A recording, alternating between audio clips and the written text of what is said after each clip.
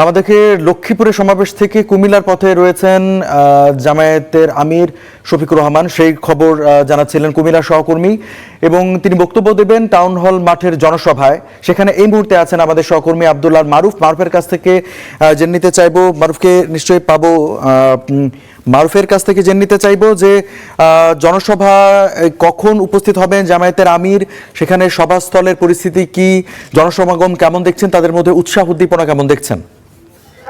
রঞ্জু, আমার পিছনে যে এই মানুষের কোলাহল দেখছেন, এগুলি এই কোলাহল বোঝা যায় আসলে জামায়াতের আমিরের আসার ঘন্টা খানেক বাকি আছে। তার মধ্যেই কিন্তু পুরো টাউন হল মাঠ পুড়ে গেছে। বলা চলে যে টাউন হল মাঠে মানুষের যে উৎসাহ উদ্দীপনার মাঝেই খন্ড খন্ড মিছিল নিয়ে মানুষ আসছিল এবং নেতাকর্মীরা বিভিন্ন জায়গা থেকে এসছে। ঢাকা কুমিল্লা শহরের যে রাস্তাগুলি রয়েছে, বিশেষ করে যে সড়ক উপসড়কগুলি রয়েছে, আমরা সেগুলিতে দেখেছি বিভিন্ন উপজেলা থেকে আসা বাসে কিন্তু পুরো সড়ক কিন্তু একেবারে বলা চলে যে যানজটে পরিণত হয়েছে, যানজটের নগরীতে পরিণত হয়েছে। এবং যদি আমি একটু ক্যামেরায় দেখানোর চেষ্টা করি, এই যে সহকর্মী সাইফুলের ক্যামেরায় দেখাতে চাই, এই যে জনস্রোত দেখতে পাচ্ছেন, এটা মূলত কুমিল্লার টাউন হল মাঠে। এই টাউন হল মাঠেই গত কয়েকদিন আগে অর্থাৎ 5 আগস্টের আগে কিন্তু জামায়াতের আমির এসেছিলেন এবং সেই সময়ের যে একটি উদ্দীপনা ছিল, এখনো কিন্তু নেতাকর্মীদের মাঝে সেই উদ্দীপনা রয়েছে।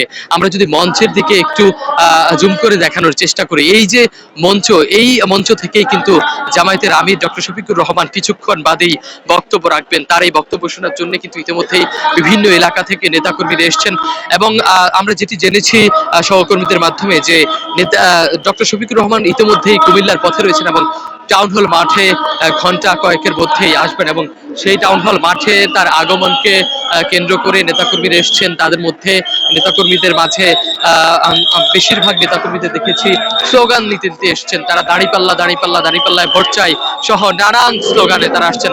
আমরা একটা খণ্ড মিছিলের সামনেই আছি, একটি স্লোগান দিয়ে দিয়ে মিছিলটি এসছে। নেতাকর্মীদের একটি অংশ এইমাত্র প্রবেশ করেছে টাউন হল মাঠে। আমরা কিছুক্ষণ আগেও দেখেছি এই টাউন হলের ফটক দিয়ে নেতাকর্মীদের যে আইন শৃঙ্খলা বাহিনীর সঙ্গে জামায়াতের যে শৃঙ্খলা বিভাগের নেতাকর্মীরা রয়েছেন, তারাও কিন্তু রয়েছেন সঙ্গে। আমরা যদি একটু দেখানোর চেষ্টা করি, এই যে মাঠের পুরো মাঠে কিন্তু গতকাল থেকেই, গত দুদিন ধরেই বলা চলে যে আনুষ্ঠানিকতার জন্য কার্যক্রম চালাচ্ছিলেন বিএনপির জামায়াতের যে নেতাকর্মীরা তারা। এবং জামায়াতের নেতাকর্মীদের সঙ্গে স্থানীয় যারা নেতাকর্মীরা রয়েছেন তাদের সঙ্গে আমরা কথা বলেছি।